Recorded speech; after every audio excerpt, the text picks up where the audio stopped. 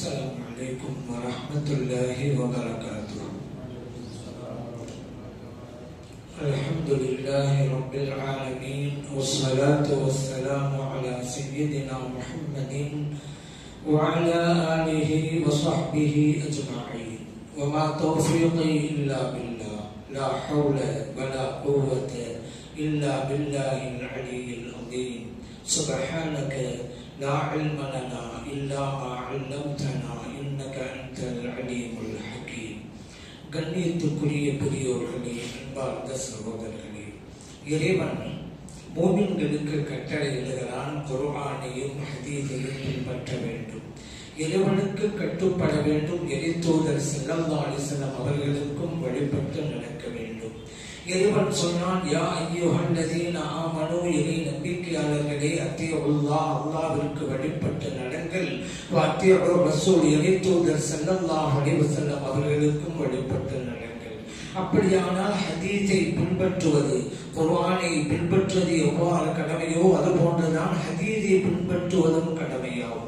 அல்லாஹ் ஒரு வசனத்தில் சொல்லி காட்டினான், மா ஆத்தாக்கும் ஒரு ரசூல் ஃபஹுதுஹு, இறைத்தூதர் ஸல்லல்லாஹு அலைஹி வஸல்லம் அவர்கள் எதை கொண்டு வந்தார்களோ அதை எடுத்துக் கொள்ளுங்கள். வமா நஹாக்கும் அன்ஹு ஃபன்தஹு, நபி ஸல்லல்லாஹு அலைஹி வஸல்லம் அவர்கள் எதை தடுத்தார்களோ அதிலிருந்து நீங்கள் விலகி விடுங்கள் என்று இறைவன் சொன்னான். அப்படியானால் ஹதீஸை பின்பற்றுவது அவசியம் என்பதையே நாம் அறிந்து கொள்கிறோம்.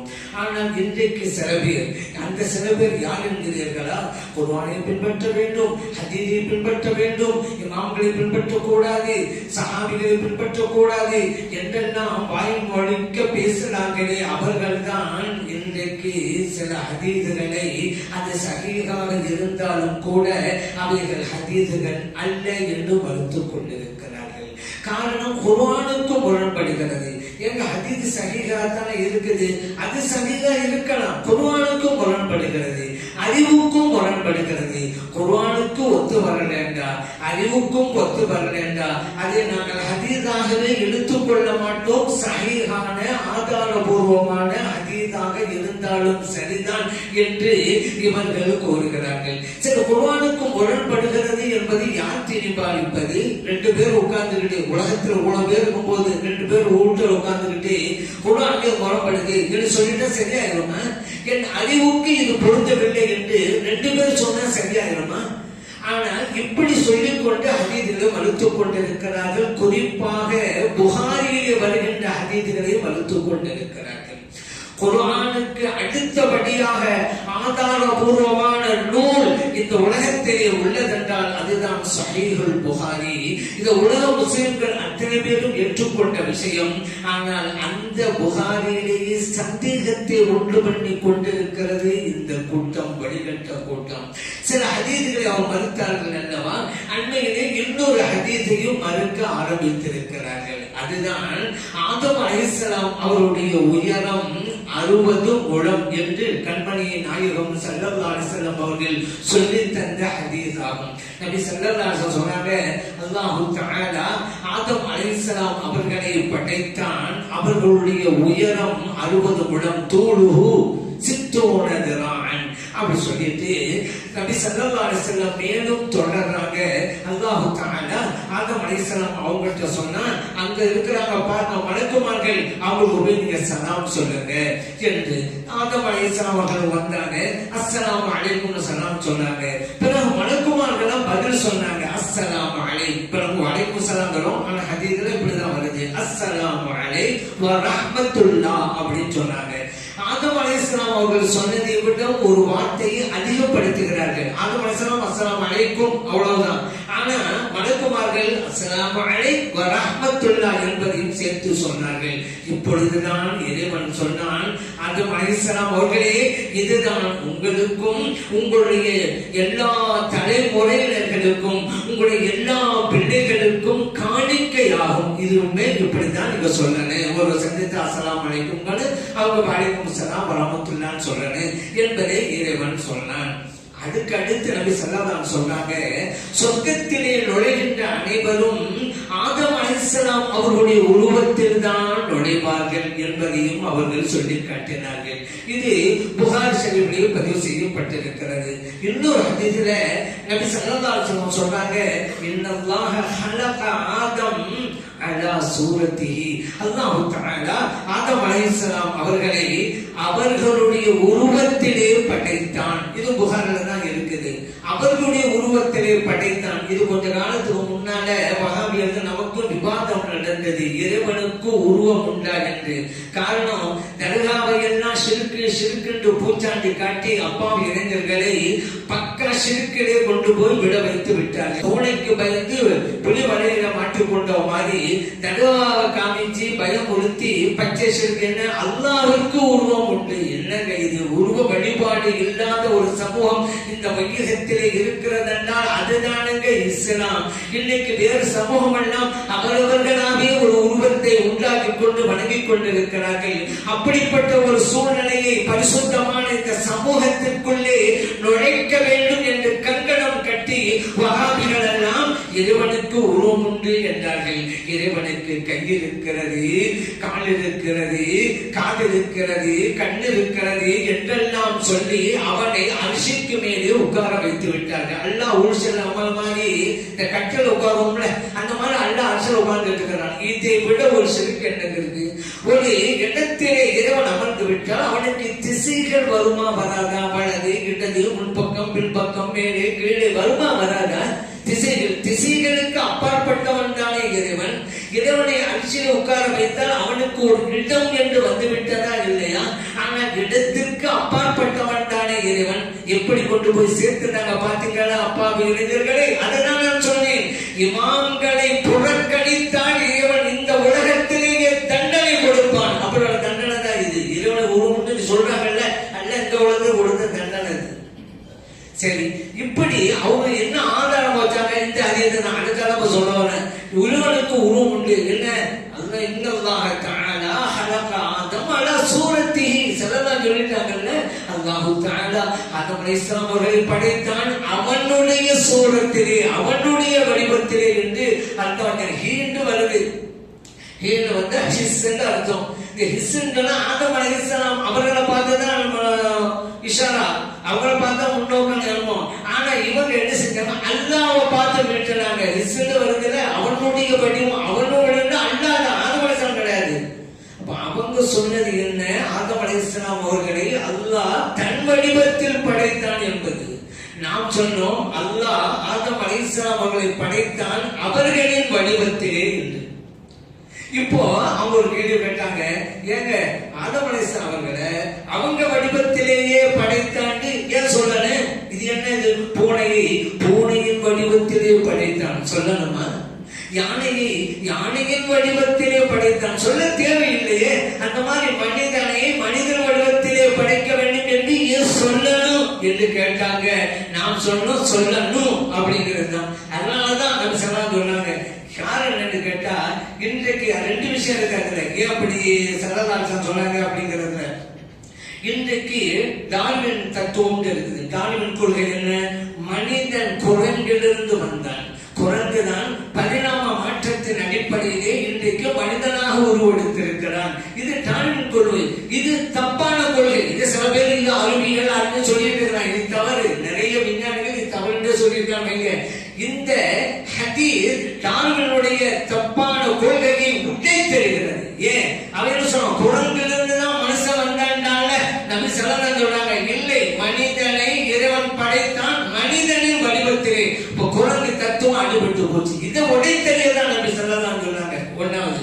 இரண்டாவது என்ன அப்படின்னு கேட்டா, ஆதம் அலைஹிஸ்ஸலாம் அவர்களை படைத்தது அவர்கள் எந்த உயரத்தில் இருந்தார்களோ, எந்த தடிமத்தில் இருந்தார்களோ அதே அமைப்பட தான். நம்மள மாதிரி இல்லை. நம்மள அப்படி இல்லையே. இன்னைக்கு 5.5 அடி இருக்கிறோம், 6 அடி இருக்கிறோம் அப்படின்னு சொன்னா, குழந்தையாக இருந்து கொஞ்சம் கொஞ்சமாக வளர்ந்து இந்த உயரத்தை அடைந்திருக்கிறோம். ஆனா ஆதம் அலைஹிஸ்ஸலாம் அப்படி இல்லை. சின்ன பிள்ளை அவங்க நல்லா படைச்சு கொஞ்சம் கொஞ்சமா வளர்ந்து இப்ப 60 மூலம் அப்படிங்கிறது கிடையாது.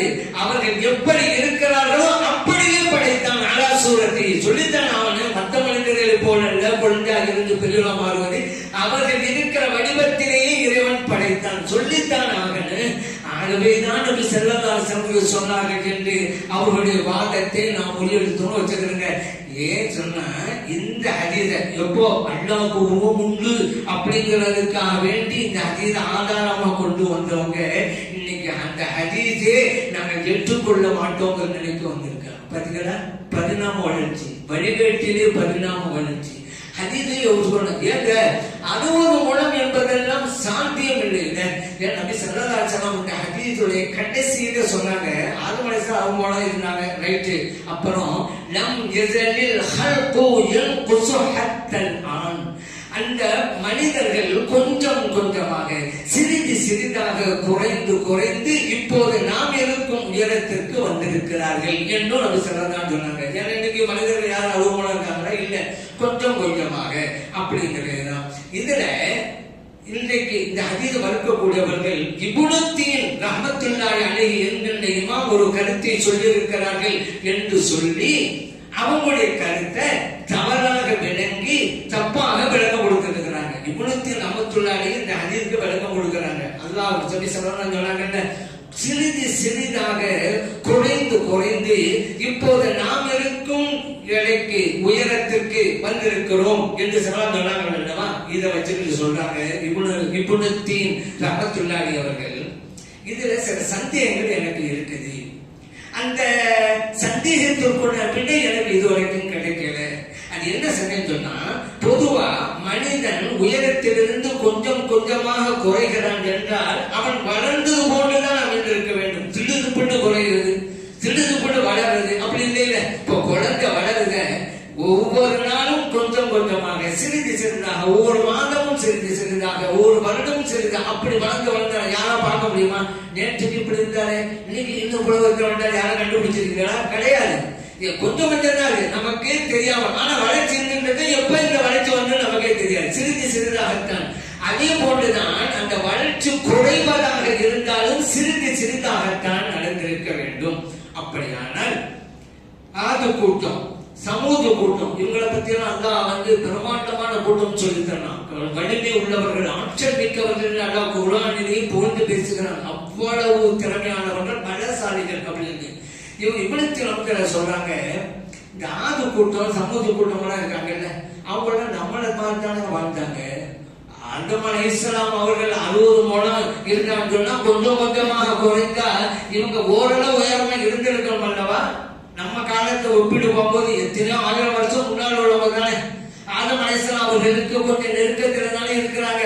கொஞ்சம் கொஞ்சமா குறை, 60 முழம் இல்லாவிட்டால் அதோட கம்மியாவது இருக்கணும்ல, கொஞ்சம் குறைஞ்சு. ஆனா அவங்களுடைய வாழ்ந்த இடங்களை பார்க்கின்ற போது, அவர்கள் விட்டு சென்ற பொருட்களை பார்க்கின்ற போது அப்படி உயரமா இருக்கிறதா தெரியலையே, நம்மள மாதிரி அவங்களும் இருக்கான்னு தெரியுது அப்படின்னு சொல்லிவிட்டு அவங்க சொன்னாங்க, தியாரி சமூக கூட்டத்தின் வீடுகளை போல அப்படின்னு சொல்றாங்க.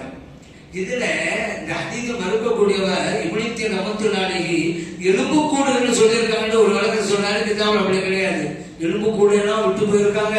அந்த எலும்பு கூடு எல்லாம் பார்த்தாங்க அவ்வளவு உயரமா தெரியலையே, நம்மள பார்த்தாலும் தெரியுது அப்படின்னு அந்த ஹதீஸில் இருக்கிற மாதிரி சொல்றாங்க. அங்க எலும்பு கூடுங்கிறதே கிடையாது, விட்டு சென்ற அடையாள பொருட்கள், ஆதாரு சாலிஃபான்னு சொல்றாங்க. அதுல உதாரணத்துக்கு வீடுகள். அவங்க வீடு எப்படி தெரியுமா இருக்கும்? மழையை குடைஞ்சுதான் வீடாக அமைச்சாங்க. இன்னைக்கு கூட சில இடங்கள் நீங்க பார்க்கலாம், மன்னர்கள் மாநிலங்க கூட மழையையே குடைஞ்சி அதை வாழும் இடமாக வசதிடமாக இருப்பாங்க. இன்னைக்கு சில இடங்கள் எல்லாம் இருக்குதுன்னு இது சமூக கூட்டம் அப்படிதான் செஞ்சாங்க. சமூகத்தில் சொல்றாங்க, இந்த சமூக கூட்டம் கல் மழையை குடைந்து வீடாக அமைத்துக் கொண்டார்கள் அப்படின்னு. வீட்டெல்லாம் ஏன்னா அவங்கள ரொம்ப காலம் வாழக்கூடியவங்க இல்ல. நம்மள என்ன 60, 70, 80 மிஞ்சி போனா 100, அதனால வீடு கட்டுறோம். அவங்கள அப்படி இல்ல, 200 வருஷம் 300 வருஷம் இப்படிதான் வாழ்ந்தவங்க. அதெல்லாம் என்ன அவங்க மழையை குறைஞ்ச வீடு அமைச்சுக்கிடுவாங்க. அந்த வீடுங்கிறது உயரம் கம்மியா தான் இருக்கும். மழையை குறைஞ்சு அமைக்கிறதுனால இந்த இப்படித்து நமக்கு சொல்றாங்க, அந்த மழையிலே அவங்க அமைத்த வீடுகள்னா உயரம் கம்மியா தான் இருக்குது. அப்ப நம்மள மாதிரி தான் இருக்குது.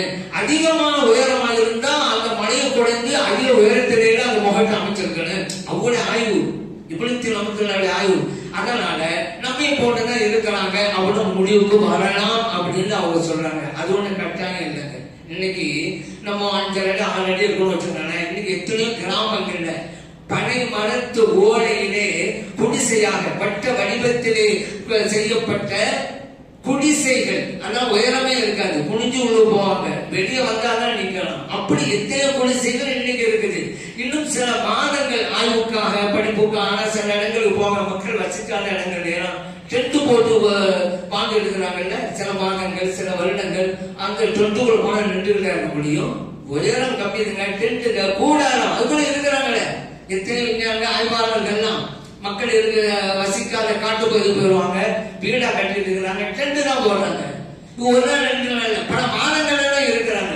இது ஒரு பெரிய மேட்டே கிடையாது. வீட்டின் உயரத்தை வைத்து மனிதர்களின் உயரத்தை அளவிட முடியுமா? நான் கேட்கிறேன். இன்னைக்கு சில கிராமங்கள் போங்க, 100 வருடத்தில் கட்டப்பட்ட வீடுகளை பாருங்க. இப்போதே கட்டப்பட்ட வீட்டுல உயரம் கொஞ்சம் கம்மியா தான் இருக்கும். இந்த முகற்றோருடைய சுவர், மேல் சுவர் கம்மியா தான் இருக்கும். எங்கேயாவது பரவாயில்லை, ஓரளவு உயரமா இருக்கு. இப்ப புதிதாக நவீனமாக கட்டப்பட்ட 10 அடி 12 அடியில முடிச்சுக்கிறாங்க. ஆனா கிராமங்களுக்கு போங்க, பெரிய வீடுகள் பங்களா போட்ட வீடுகள் தான் இருக்கும். அங்கெல்லாம் உயரம் அவ்வளவு தெரியுமா? 30 அடி 20 அவ்வளவு உயரத்துல இருக்கும்.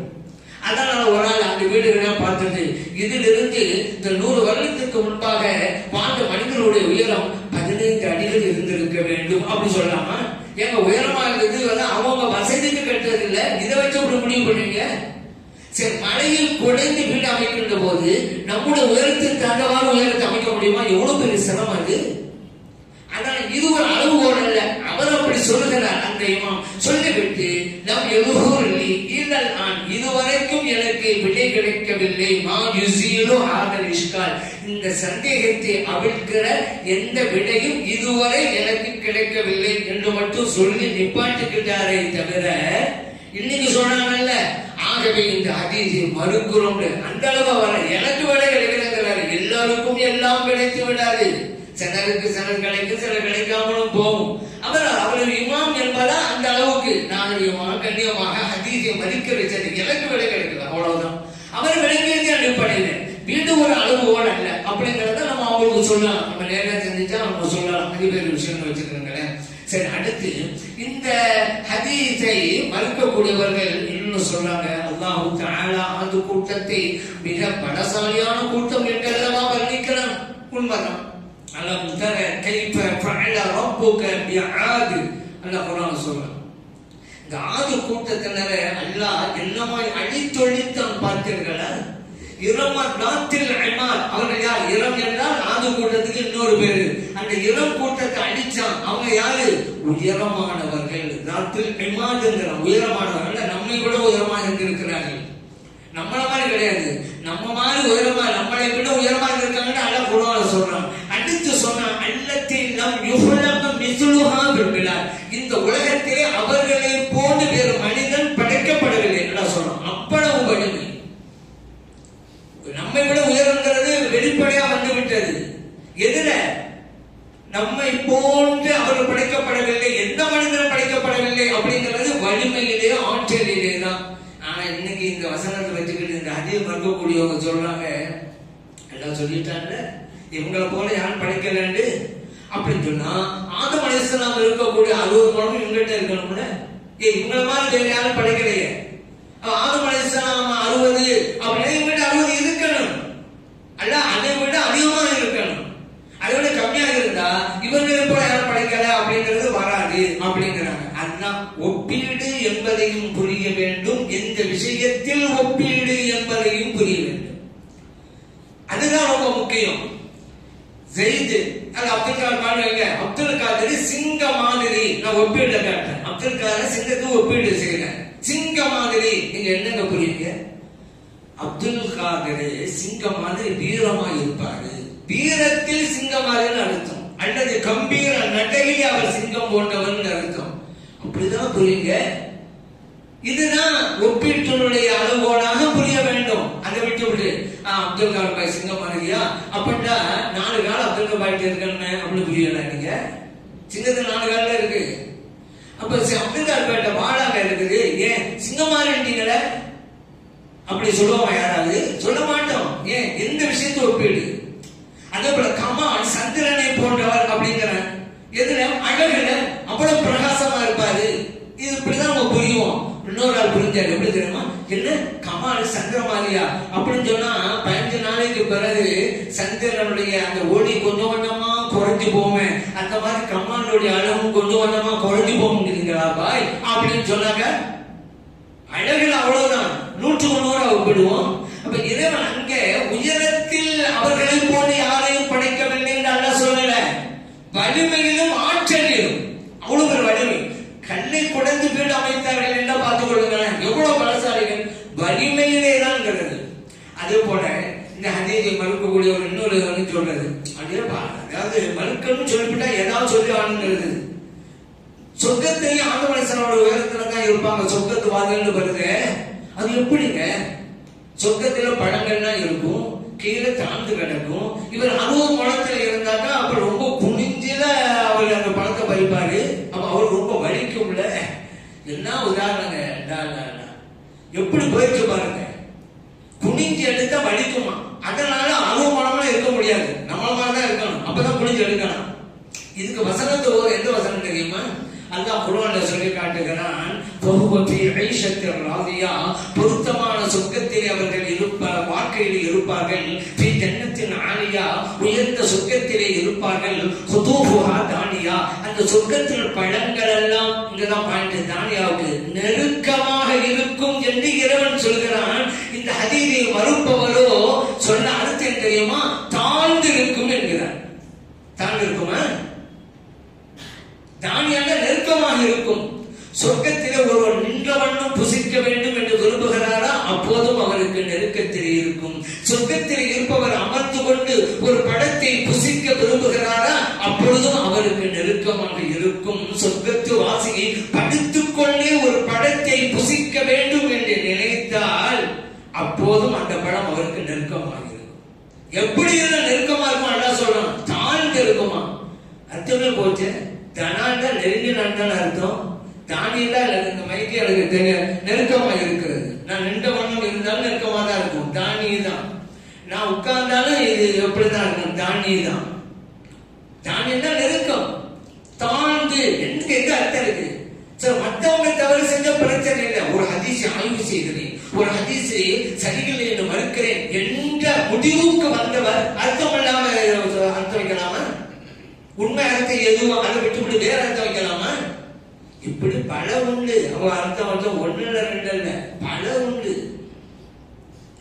திருநங்கைகளுக்கு கூட முஹன்னஸ்ங்கிற அந்த ஹதீஸ் கொண்டு வந்தாங்கல்ல. திருநங்கைகளுக்கு என்னங்க சட்டம் நம்ம மார்க்கத்துல? திருநங்கைகள் ஆண் பண்பு மிகைத்திருந்தால் ஆணாக கருதப்படும், பெண் பண்பு மிகைத்திருந்தால் பெண்ணாக கருதப்படும், அவ்வளவுதான். ஆனா குர்ஆன் ஹதீஸ்ல இதுக்கு விளக்கம் இல்லை. மார்க்கத்துல ஆண் பெண் அவ்வளவுதான். ஹலக்கல் தக்கர வல் உன்சா, இறைவன் ஆணை படைத்தான் பெண்ணை படைத்தான், அவ்வளவுதான். 3வது இனம் என்று நம்ம மார்க்கத்திலே இல்லைங்க. குர்ஆன் அப்படி சொல்லல. ஆனா சஹாபா பெருமக்களும் இமாம்களும் சட்டம் தந்திருக்கிறாங்க. அவங்க திருநங்கைகளை ஆண் பெண்ணு தான். அந்த ஆண் எங்க எப்படி முடிவு செய்யறது, பெண் எங்க எப்படி முடிவு செய்யறது, எந்த பண்பு மிகைத்திருக்கிறதோ அதை வச்சு. ஆனா இந்த ஹதீஸை மறுப்பவர்களிடம் ஒரு கேட்கிறாரு, திருநங்கைகள்னா யாருங்க அப்படின்னு. அவங்க எல்லாம் ஆண்கள் தான்.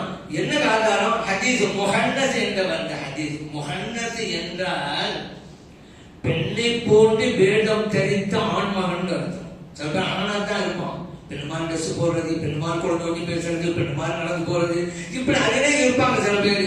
அது இயற்கையாக இருந்தா பேச்சு கிடையாது. சில பேர் வேண்டும் என்றே இருப்பார்கள். இது தவறு. நபி ஸல்லல்லாஹு அலைஹி வஸல்லம், நபி ஸல்லல்லாஹு அலைஹி வஸல்லம் அவர்கள் சபித்து இருக்கிறார்கள். இப்படி யாராவது செஞ்சு ஆணா இருக்கட்டும் பெண் பெண்ணா இருக்கட்டும், மத்தவங்க மாதிரி இருக்க கூடாது.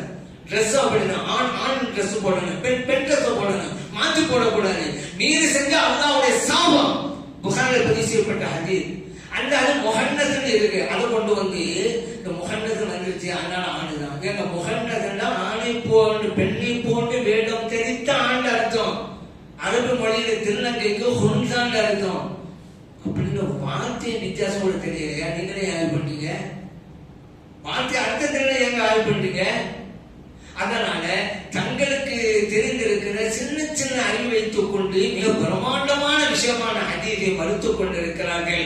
இவர்களிலிருந்து இறைவன் இந்த சமூகத்தை பாதுகாத்து அருள்வானாக. ஆமீன். அல்ஹம்துலில்லாஹி ரப்பில் ஆலமீன். يا رسول الله يا رسول الله يا حبيب الله يا حبيب الله